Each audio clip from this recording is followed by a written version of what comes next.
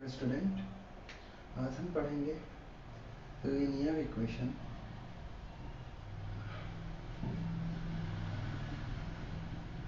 और उनको सॉल्व करने के मेथड। अब ये लीनियर इक्वेशन 10th स्टैंडर्ड के लीनियर इक्वेशन जैसा ही है, लेकिन इनको हम सॉल्व करेंगे मैट्रिक्स मेथड और रैंक ऑफ मैट्रिक्स का यूज़ करके। तो आइए सीखते हैं हम किस तरीके से हम फाइंड कर पाएंगे सॉल्यूशन मैट्रिक्स मेथड से। तो मान लेते हैं हमारे पास एक m इक्वेशंस हैं जिनमें कि n वेरिएबल यूज हो रहे हैं। a11 x1 plus a12 x2 plus and so on plus a1n xn equal to 0, a21 x1 plus a22 x2 plus and so on plus a2n xn equal to, तो अभी यहाँ पे b1 value है, यहाँ पे b2 वैल्यू। ऐसे ही हमारे पास m equation है am1 x1 plus am2 x2 plus and so on plus amn xn equal to bm। हमारे पास 1 to n वेरिएबल्स हैं और 1 to m इक्वेशंस हैं। तो इस इक्वेशन के सॉल्यूशन हमें फाइंड आउट करने हैं। तो कैसे फाइंड आउट करेंगे? सबसे पहले इस इक्वेशन को हम लिखेंगे मैट्रिक्स के फॉर्म में। तो मैट्रिक्स के फॉर्म में लिखेंगे, कैसा लिखाएगा? इन मैट्रिक्स फॉर्म। क्या लिखाएगा? ये जो वेरिएबल्स हैं, इन वेरिएबल के जो कोफिशिएंट है, इनको एक मैट्रिक्स में लिख देंगे a11 a12 and so on a1n a21 a22 and so on a2n and so on am1 am2 and so on amn। ये क्या है? जो भी वेरिएबल है, x1 का कोफिशिएंट कितना है? a11, तो a11, x1 पे a21, यहाँ पे a21। ऐसे ही यहाँ पे x1 का कोफिशिएंट क्या है? am1, यहाँ पे am1। फिर दूसरे ब्रैकेट में एक कॉलम मैट्रिक्स बनाएंगे और इसमें जो हमारे पास अननोन्स हैं वो लिखेंगे, n अननोन्स हैं, और इक्वल टू में जो हमारे पास इक्वल्स में जो वैल्यू दी हुई है वो लिखेंगे।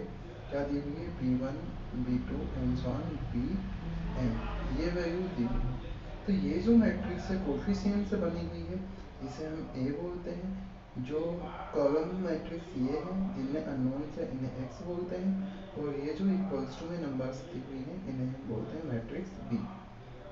जहाँ पे ये जो A मैट्रिक्स है, A मैट्रिक्स जिसकी वैल्यू हमारे पास है a11 a12 and so on a1n a21 a22 and so on a2n और am1 am2 and so on amn, और ये मैट्रिक्स कहलाती है कोएफिशिएंट मैट्रिक्स। Coefficient matrix. अब हम करेंगे क्या? हम ये करेंगे कि एक ऑगमेंटेड मैट्रिक्स बनाएंगे। हम ऑगमेंटेड मैट्रिक्स यानी कि क्या करना होगा, जैसे हम यहाँ से सॉल्व करते चल रहे हैं, इसी तरीके से सेम टू सेम हमें सम सॉल्व करते समय करना है। कोएफिशिएंट मैट्रिक्स पता करनी, इससे अब हम बनाएंगे ऑगमेंटेड मैट्रिक्स। ऑगमेंटेड मैट्रिक्स क्या होती है? ऑगमेंटेड मैट्रिक्स हमें क्या करना है? फॉर्म करना है। इसे हम C से डिनोट करेंगे और बनाएंगे कैसे? A और B मैट्रिक्स की हेल्प से। कौन कौन सी मैट्रिक्स? A मैट्रिक्स और B मैट्रिक्स के हेल्प से। अब ये बनेगा कैसे? तो आइए सीख लेते हैं कैसे बनेगा ऑगमेंटेड मैट्रिक्स। देखिए क्या होगा ऑगमेंटेड मैट्रिक्स में। जो C मैट्रिक्स है वो A और B की मदद से बनेगा। तो a11 a12 and so on a1n a21 a22 and so on a2n, ऐसे ही am1 am2 and so on amn। और ये तो हो गया हमारा मैट्रिक्स A यानी कि कोएफिशिएंट मैट्रिक्स। और इसके साथ साथ क्या आएगा? इसके साथ आएगा B matrix b1 b2 and so on bm। अब हमें क्या करना है, अब हमें ये जो मैट्रिक्स सी है इसी मैट्रिक्स को क्या करना है, रिड्यूस करना है, रिड्यूस सी इंटू एशेलॉन फॉर्म। एशेलॉन फॉर्म जब हमने रैंक पढ़ा था तब वहाँ पे पढ़ा था एशेलॉन फॉर्म। अब एशेलॉन फॉर्म में कन्वर्ट करने के लिए हमें क्या करना पड़ता है, अप्लाई करना रहता है ओनली रो ऑपरेशन, है ना। रो ऑपरेशन अप्लाई करेंगे और इस मैट्रिक्स सी को कन्वर्ट करेंगे कौन से फॉर्म में, एशेलॉन फॉर्म में। जब ये मैट्रिक्स एशेलॉन फॉर्म में कन्वर्ट हो जाएगी तब वहाँ पे हमारे पास तीन केसेस रहेंगे। पहला केस ये रहेगा, केस वन क्या होगा कि रैंक ऑफ ए जो होगा एशेलॉन फॉर्म में कन्वर्ट हो गया, तब हम क्या कर पाएंगे, इस मैट्रिक्स का रैंक पता कर पाएंगे। अगर इस मैट्रिक्स का रैंक पता कर पाएंगे तो यहाँ पे सी मैट्रिक्स के साथ में ए मैट्रिक्स भी है, तो ए मैट्रिक्स का रैंक भी पता चल जाएगा। तो अब तीन केसेस कौन कौन सी होगी, एक होगी जिसमें रैंक ऑफ ए जो है रैंक ऑफ सी के इक्वल हो जाएगा और ये इक्वल होगा नंबर ऑफ वेरिएबल के। अगर ऐसा होता है तो हमारे पास जो सॉल्यूशन होगा, अगर ऐसा होता है तो हमारे पास जो सॉल्यूशन होगा वो होगा यूनिक सॉल्यूशन। काहे का सॉल्यूशन, ये जो हमारे पास system of equation ax equal to B है इसका यूनिक सॉल्यूशन। और क्या होगा, ये जो सिस्टम ऑफ इक्वेशन है ये क्या होगा, कंसिस्टेंट होगा। ठीक है, एक कंडीशन हो गई। अब दूसरी कंडीशन की बात करते हैं। दूसरी शर्त ये है, दूसरा केस कि ऐसा हो जाए, कैसा, केस सेकंड कहता है कि अगर रैंक ऑफ ए जो है रैंक ऑफ सी के इक्वल हो जाए, लेकिन ये छोटा हो किससे, नंबर ऑफ वेरिएबल के। यानी कि अगर हमारे पास 3 वेरिएबल्स हैं तो ए और सी का रैंक 3 से कम 2 हो जाए या 1 हो जाए, तो उस केस में अगर ऐसा होता है तो ये जो सिस्टम ऑफ इक्वेशन है हमारे पास, इसका जो सॉल्यूशन होगा वो कैसा होगा, इनफाइनाइट सॉल्यूशन होगा।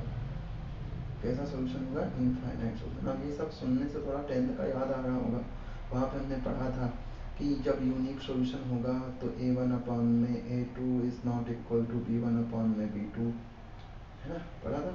यूनिक सॉल्यूशन के लिए क्या था, ये सब आपस में बराबर था। तो ऐसा ही कुछ, लेकिन यहाँ पे हमें सब्स्टिट्यूशन या एलिमिनेशन मेथड अप्लाई नहीं करना है, हमें यहाँ पे मैट्रिक्स के रैंक की हेल्प से फाइंड आउट करना है। अभी भी हमारे पास सॉल्यूशन एग्जिस्ट कर रहा है, तो अभी भी ये जो सिस्टम ऑफ इक्वेशन है ये क्या कहलाएगा, कंसिस्टेंट कहलाएगा। फिर थर्ड केस क्या है, थर्ड केस कहता है अगर रैंक ऑफ ए जो है ये रैंक ऑफ सी से क्या हो जाए, छोटा हो जाए। ऐसे कंडीशन में ये जो सिस्टम ऑफ इक्वेशन है हमारे पास, इसका कोई भी सॉल्यूशन एग्जिस्ट नहीं करेगा, नो सॉल्यूशन आ जाएगा। और ये जो सिस्टम ऑफ इक्वेशन है ये कैसा हो जाएगा, इनकंसिस्टेंट हो जाएगा। ठीक है, तो हमें क्या करना है, जो भी इक्वेशन दिया रहेगा उस इक्वेशन को मैट्रिक्स फॉर्म में कन्वर्ट करना है। मैट्रिक्स फॉर्म में कन्वर्ट करने के बाद ऑगमेंटेड मैट्रिक्स बनाना है। ऑगमेंटेड मैट्रिक्स बनाने के बाद इसमें हमें वो ऑपरेशन लगाते जाना है और जब तक सी का रैंक ना पता चल जाए, यानी कि जब हम ये सब नंबर जीरो कर लेंगे तब हम देखेंगे कि नंबर ऑफ नॉन जीरो रोज कितने हैं, जिससे हमें सी की और ए की मैट्रिक्स पता चल सी और ए के रैंक पता चल जाएंगे। और फिर इन तीनों केसेस में से कोई एक केस वहाँ पे कंडीशन होल्ड कर रही होगी, तो उस हिसाब से हम वहाँ पे सॉल्यूशन फाइंड आउट कर पाएंगे। अगर ये कंडीशन फॉलो होती है कि rank of A rank of C के बराबर है, नंबर ऑफ वेरिएबल भी उसके बराबर है, यूनिक सॉल्यूशन हो जाएगा। छोटा है, इनफाइनाइट सॉल्यूशन। अगर rank of A rank of C से ही छोटा हो गया तो हमारे पास कोई भी सॉल्यूशन एग्जिस्ट नहीं करेगा। आई थिंक ये समझ में आ गया। अब तो चलते हैं हम अगले टॉपिक, एक एग्जांपल पे या एक सम पे, तो देखते हैं कैसे हमें सम को सॉल्व करना है। सम सॉल्व करने के लिए हमें सेम यही तरीका फॉलो अप करना है जैसा कि अभी हमने सीखा है। तो क्वेश्चन में ले लेता हूँ। क्वेश्चन ये है कि हमें सॉल्व करना है क्वेश्चन दिया हुआ है x plus y plus z equal to 6।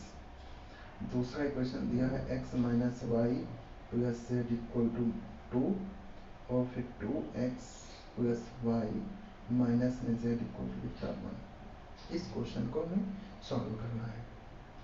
तो यहाँ पे हम एलिमिनेशन और सब्स्टिट्यूशन अप्लाई नहीं करेंगे। क्या करना है हमें, मैट्रिक्स का रैंक मेथड की हेल्प से हमें सॉल्व करना है। तो फिर से वही काम क्या करेंगे, इसमें इस क्वेश्चन को सॉरी इन इक्वेशंस को लिखेंगे किस फॉर्म में, मैट्रिक्स फॉर्म में। तो इन मैट्रिक्स फॉर्म लिख डालो, क्या आ जाएगा 1 1 1 1 माइनस 1 1 और 2 1 माइनस 1। अब कहाँ से आया, थोड़ा गेस कीजिए, फिर मैं समझाता हूँ। X y z equals to कितना, 6 है, 2 है और 1 है। बहुत ही इंटरेस्टिंग क्वेश्चन है। देखिए ये कहाँ से आया, x का कोएफिशिएंट फर्स्ट इक्वेशन में कितना 1, y का फर्स्ट इक्वेशन में 1, z का फर्स्ट इक्वेशन में 1। ऐसे यहाँ पे इसका कोएफिशिएंट 1, यहाँ पे इसका कोएफिशिएंट -1, यहाँ पे इसका कोएफिशिएंट 1। तो इस तरीके से हमने ये मैट्रिक्स के फॉर्म में इस इक्वेशन को कन्वर्ट कर दिया। अब देखिए ये जो मैट्रिक्स है कोएफिशिएंट मैट्रिक्स है, ये हमारा नॉन मैट्रिक्स है, एक कॉलम मैट्रिक्स, और ये भी एक कॉलम मैट्रिक्स है जिसमें हमें इक्वल टू वैल्यूज दी है। तो ये हमारे पास इस तरह का इक्वेशन बन के रेडी हो गया, क्या Ax इक्वल टू बी। अब हम क्या करेंगे, देखिए अब हम बनाएंगे ऑगमेंटेड मैट्रिक्स, ऑगमेंटेड मैट्रिक्स यानी कि सी। कैसे बनेगा, ए और बी की मदद से। तो 1 1 2 1 माइनस 1 1 1 1 माइनस 1। इसके साथ में क्या, बी मैट्रिक्स यानी कि 6 2 1। अब इसको क्या करना है, एशेलॉन मेथड फॉर्म में कन्वर्ट करना है। रो ऑपरेशन लगा दो यहाँ पे, इसको 0 बनाना है, इसको 0 बनाना है, क्योंकि यहाँ पे ऑलरेडी 1 है। तो बनाइए 0। ये R2 है, R2 में से अगर हम R1 को माइनस कर देते हैं तो 0 हो जाएगा। ऐसे ही R3 में से अगर हम R1 को 2 टाइम करके माइनस कर देते हैं तब ये 0 हो जाएगा। तो जो मैट्रिक्स हमारे पास बचेगी वो कितनी बचेगी, 1। फर्स्ट रो में हमने कुछ भी चेंज नहीं करा था, ऐसा कैसा, 1 में से 1 जाएगा 0, 1 में से -1 जाएगा तो माइनस में 2, फिर से 1 में से 1 गया तो 0, 2 में से 6 गए तो माइनस में 4, 2 में से 2 गए तो 0, 1 में से 2 गए तो -1, -1 में से -2 गए तो माइनस में 3, और 1 में से 12 गए तो कितने, माइनस में 11। ये बचा। अब हमें क्या करना है, अब यहाँ से देखिए हम ये कर सकते हैं कि इसको -2 से डिवाइड कर दें तो यहाँ 1 बन जाएगा, और फिर इसमें से माइनस कर देंगे। तो ये काम हम 2 स्टेप में कर पाएंगे। उस 2 स्टेप को मैं शॉर्ट करके एक स्टेप में ही खत्म कर देता हूँ। देखिए क्या करते हैं, जो R3 है इसको कन्वर्ट कर देते हैं काहे में, देखिए R3 tending to 2R3 minus में R2, 2 से मल्टीप्लाई हो जाएगा 2 हो जाएगा, 2 में से 2 जाएगा तो 0 हो जाएगा। देखिए क्या आएगा, 1 1 1 और ये 6, 0 -2 0 और ये -4, 0 में से 0 गया 0, -2 और ये माइनस माइनस प्लस 2 क्या हो गया 0, -2 3 जा 6, 6 में से 0 गया तो 6, और 11 2 जा 22 माइनस का, और इसमें माइनस माइनस प्लस में 4 यानी कि माइनस में 18। ये आया। अब देखिए इसके आगे हम सॉल्व इसको नहीं कर सकते। ये है अपना मैट्रिक्स ए, ये पूरा मैट्रिक्स सी। तो अगर हम यहाँ से देखें तो रैंक ऑफ ए, इतने का रैंक कितना था, नंबर ऑफ नॉन जीरो हो 1 2 3, तो ए का रैंक कितना हो गया 3। ऐसे ही रैंक ऑफ सी पता करते हैं तो नॉन जीरो हो 1 2 3, तो rank of C. Number of variable कितने हमारे पास, एक्स वाई जेड कितने 3। therefore सॉल्यूशन कितना होगा, कैसा होगा, यूनिक होगा। पहली कंडीशन भूल गए ना, rank of A rank of C number of variable सब बराबर है ना, या नंबर ऑफ वेरिएबल। ठीक है, तो हमारे पास सॉल्यूशन कैसा होगा, यूनिक। और सिस्टम ऑफ इक्वेशन कैसा है, सिस्टम ऑफ इक्वेशन हमारे पास कैसा आया, कंसिस्टेंट। ठीक है, तो अब क्या करना है, यहाँ तक तो कर लिया, कंसिस्टेंसी और इनकंसिस्टेंसी पता लग गई हमें। अब क्या करेंगे, अब देखिए ये जो हमारे पास सिस्टम ऑफ इक्वेशन है, यहाँ पे ए मैट्रिक्स बी मैट्रिक्स जो है यहाँ पे जैसी बन गई वैसी यहाँ पे लिख देंगे। जैसे कि ये वाला एक नंबर हमारे पास 0 हो गया, ये वाला नंबर -2 हो गया, ये हमारे पास 0 हो गया, ये 0 हो गया, ये भी 0 हो गया, ये माइनस में 6 हो गया, ये 6 हो गया, ये माइनस में 4 हो गया, ये माइनस में 18 हो गया। तो ये सिस्टम ऑफ इक्वेशन हमारे पास बन के आ गया। अब हम क्या करेंगे, अब इसको फिर से इक्वेशन के फॉर्म में कन्वर्ट कर देंगे।